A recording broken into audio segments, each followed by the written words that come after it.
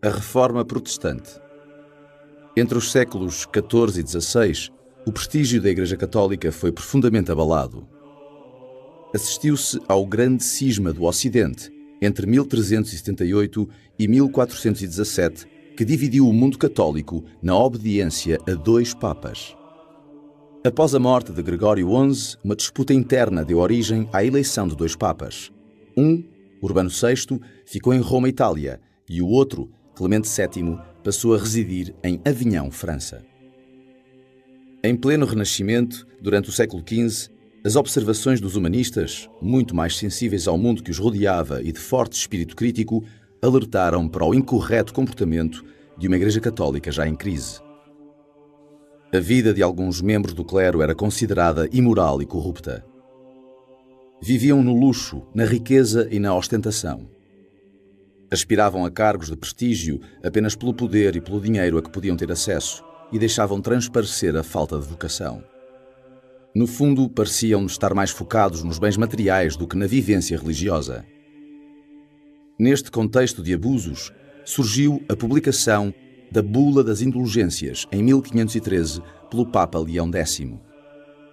Nesse documento, o Papa concedia o perdão total dos pecados e a passagem à vida eterna em troca de dinheiro. Curiosamente, a bula foi publicada no momento em que a Igreja necessitava de dinheiro para a construção da Basílica de São Pedro. Iniciou-se então uma forte vaga de contestação.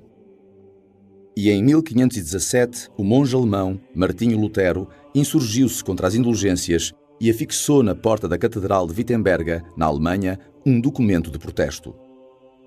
Nesse documento, que tinha o nome 95 Teses contra as Indulgências, entre outras coisas, Lutero defendia que cabia a Deus e não ao Papa decidir sobre a remissão dos pecados. Na sequência deste evento, o monge foi excomungado pelo Papa e só não foi condenado à morte na fogueira graças à proteção dos príncipes alemães.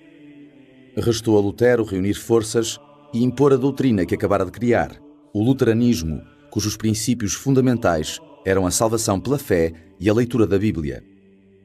Esta ação de Lutero abriu caminho ao aparecimento de novas igrejas num movimento a que se chamou protestantismo. Surgiram assim, para além do luteranismo, o calvinismo, pelas mãos de João Calvino, e o anglicanismo, fundado pelo rei inglês Henrique VIII. Todas elas igrejas cristãs, mas que não obedeciam a Roma e ao Papa. Teve assim início, na segunda metade do século XVI, uma profunda transformação da Europa religiosa.